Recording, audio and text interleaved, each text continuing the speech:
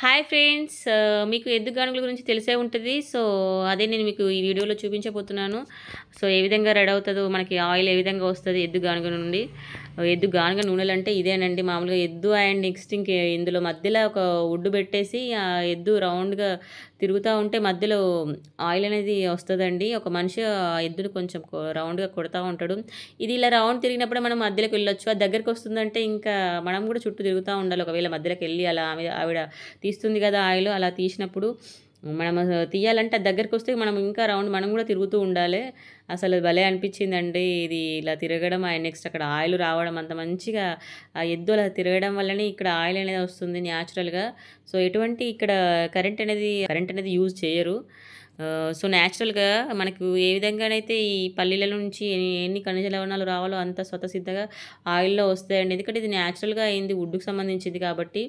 ఆ, ఇది చాలా హెల్దీ కూడా. మనకి ఈ ఆయిల్ అనేది కొంచెం కాస్ట్ ఎక్కువనే అయి ఉండొచ్చు, బట్ చాలా హెల్దీ కూడా. మేమైతే అదే యూజ్ చేస్తాము, గానుగ నూనెలే. అండ్ నెక్స్ట్ ఇంకా ఇదైతే పల్లి నూనె, ఇక్కడ పల్లీల నుంచి తీసే నూనె అయితే 400 లీటర్ అన్నారండి. నెక్స్ట్ ఇంకా నువ్వుల నూనె అయితే 600 అన్నారు. సో ఎనీవే స్మెల్ కూడా చాలా సూపర్గా ఉంది అసలు అక్కడ తీస్తూ ఉంటే.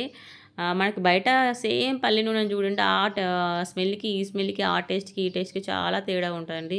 ఎందుకంటే ఇది న్యాచురల్గా రెడీ అయింది కాబట్టి న్యాచురలే ఉంటుంది, ఆర్టిఫిషియలే ఉంటుందండి. సో ఎనీవే మీకు ఈ వీడియో మీకు యూస్ఫుల్ అయినట్లయితే సబ్స్క్రైబ్ చేసుకోండి, నా ఛానల్ని లైక్ చేయండి, షేర్ చేయండి. Okay, bye friends.